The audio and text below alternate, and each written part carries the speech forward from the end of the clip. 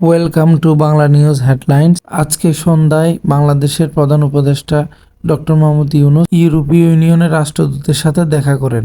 প্রায় আড়াই ঘন্টা ব্যাপী এই বৈঠকে প্রফেসর ডক্টর মোহাম্মদ ইউনূস ইউরোপীয় ইউনিয়নের রাষ্ট্রদূতদের অনুরোধ করেন যেন দিল্লির ভিসা সেন্টার বাংলাদেশ অথবা বাংলাদেশের পার্শ্ববর্তী কোনো একটা দেশে যাতে সরিয়ে নেওয়া হয়। ইউরোপীয় ইউনিয়নের কূটনীতিকদের সঙ্গে বৈঠকে প্রধান উপদেষ্টা অধ্যাপক মুহাম্মদ ইউনূস ইউরোপীয় ইউনিয়নের দেশগুলোর ভিসা সেন্টার দিল্লি থেকে সরিয়ে ঢাকায় অথবা প্রতিবেশী কোনো দেশে স্থানান্তরের অনুরোধ করেছেন।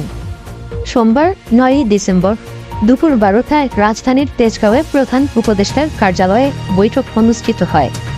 19 সদস্যের প্রতিনিধি দলটির নেতৃত্বে ছিলেন বাংলাদেশ নিযুক্ত ইউরোপীয় ইউনিয়নের head of delegation Michael Miller. প্রধান উপদেষ্টার সঙ্গে বৈঠকে অংশ নেন পররাষ্ট্র উপদেষ্টা তৌহিদ হোসেন। প্রায় আড়াই ঘণ্টা ব্যাপী এক বৈঠকে 15 জন প্রতিনিধি তাদের মতামত তুলে ধরেন।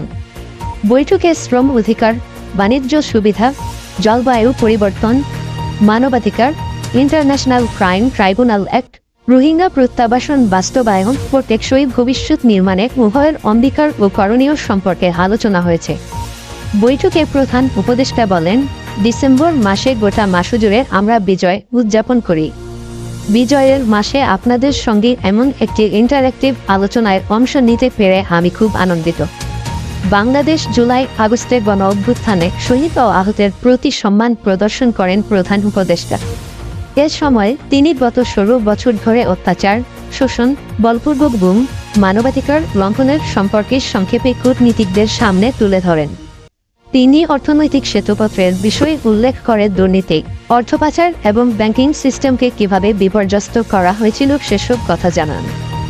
বাংলাদেশ সম্পর্কে ব্যাপক আকারে অপতথ্য ছড়ানো হচ্ছে বলে উল্লেখ করেন প্রধান উপদেষ্টা।